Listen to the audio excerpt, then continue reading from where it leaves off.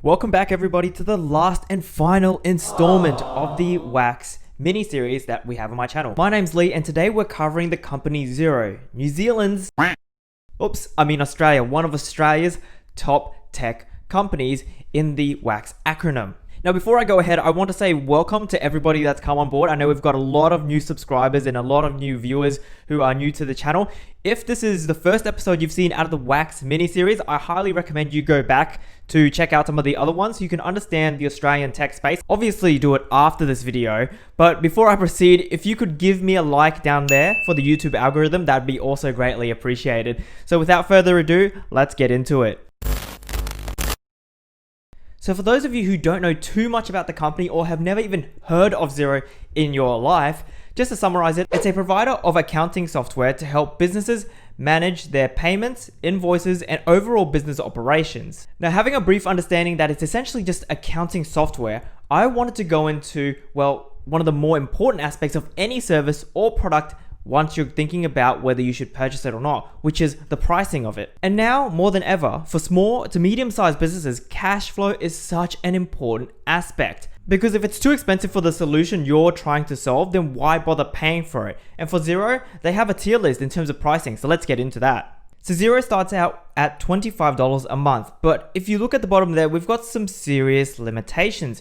I mean, you're only allowed to send 5 invoices and quotes, enter in 5 bills, reconcile 20 bank account transactions, and just have a payroll for one person. And it's not until you really start stepping up that it becomes more of a premium option, which totals around, at the very high end, $780 per year. Now, I don't know what your thoughts are, particularly on the pricing, because some of you might look at it and go, well, that's relatively cheap to solve like an accounting type of issue or provide solutions around cash flows for $700, $800 a year. Some of you might think, well, that's quite expensive for a small business to have to incur that as a cost just to, I guess, manage their transactions. Now, I had a quick look and scurry around the internet and I saw the competitor to Xero is Quickbooks, which from the reviews, it seems like it works quite well. It's a much cheaper alternative. Plus, it seems like it's more intuitive than Xero in many aspects as well. But as any good business or company knows, that pricing is just one metric. The bigger the problem you solve, the more you can charge. And what Xero's done is that it's taken apps from outside of its space, integrated it within its environment, and allows users to use that service that isn't readily available to them or that they might have to download multiple apps in order to do. And in many instances, if they really like the service or the app, they just outright acquire them. And I'll show you what I mean in these two examples. The first one is HubDoc, which Xero bought out for $94 million in 2018. The software basically allows people to capture their receipts, bills, or any financial documents and automate that info straight into Xero to track expenses. So when HubDoc converts that info, it can extract data and provide information such as supplier name, total amount, and then categorize those using tags and folders, which you can imagine can be extremely beneficial to your business in terms of accounting. And then from there, you can invite your accountant or bookkeeper to come in and sort the categories out. And the best part is that because they've acquired them, they've integrated this well into their system and is part of the subscription when you pay for it with Xero. And I think if you're trying to measure the solutions that it's providing, just think about all the times that you've had to remember to put in the details of a receipt or take a photo, scan it, upload it to a certain folder. So to make sure you keep track of everything, that takes a lot of time. And if you're already paying somebody to do that, there's now a cloud service that helps you automate the whole process once you just take a photo and upload it. All the information is there in the cloud. Get it, wherever you want. And even for me, I don't run a small business, but I have investments that I have to keep track of. There's expenses when the properties get damaged or whatever. I've got to keep track of all of those things too. For now, anyways, until I sell off the properties.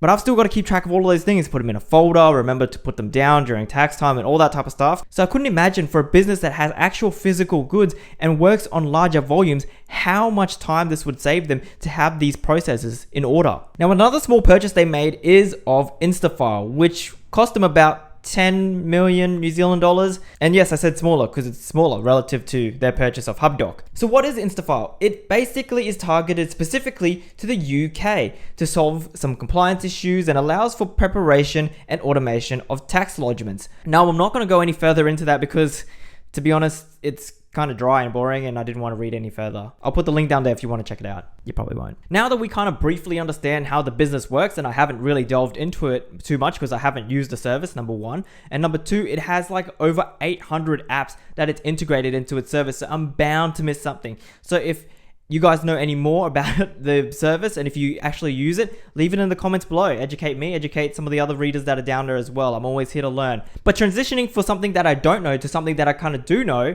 is maths. So it's coming in with a revenue of $718.2 million, which is a solid sum. But where do these amounts come from? For Xero, we can see that the majority of it comes from Australia, with a revenue of $320 million. Oh, one thing to notice, their financial year ends in March, just a quick FYI.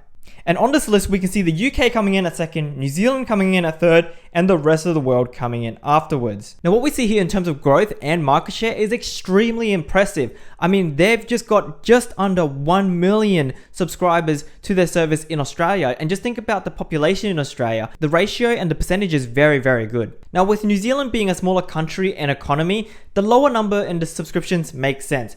But this is where the key lies in all of this. In other parts of the world, in particular the UK and North America, these are tiny numbers in comparison to what they have been doing in the ANZ market. Given these are much larger economies, there's absolutely no reason why they can't take over more market share in those areas. I mean, look at the pace that it's going at the moment, 32 and 24%. Those are good numbers. But like many other companies we've discussed on this channel, all this growth requires awareness, of which they've spent good money in marketing as they've increased their expenditure by 26% to a total of $312 million. What they've also worked out is that the marketing spend to acquire a customer or customer acquisition cost is generally about $420 compared to the lower rate last year of $397. Although the customer acquisition cost is worse from last year, it's argued that it's actually become more efficient in terms of marketing, because in terms of their usage of marketing and sales spend relative to their revenue, it's actually gone down from 44.9% to 43.6%. And remember, this is a market share game, much like the other WAC stocks we've looked at. And so you do need to spend money to convert and have awareness of your product, especially in new markets or even to customers who have never thought about needing cloud accounting. But now, given the changing environments, it'll be very interesting to actually look at the numbers, because at the moment ad costs are extremely low, but they've probably also lost a fair few subscribers because of the current situation and business is not operating. Remember, it's a subscription service, so people aren't really locked in. So how's it going to pan out? I really don't know. Regardless of however you want to look at it, I think it's very important not to underplay that it costs them under 50% to market and complete their sales. And that's no joke. That's a larger percentage of your revenue that's being used for marketing. Not only that, but their product and development cost, or their R&D, is about 20 to 30%. Now, in terms of R&D, 20 to 30% is very good. I thought it might be a little bit higher, because the more you can reinvest into the company, the better the experience, hopefully, there's no guarantee, but the better the experience should be for the customer and the bigger the problems you're going to solve for them also.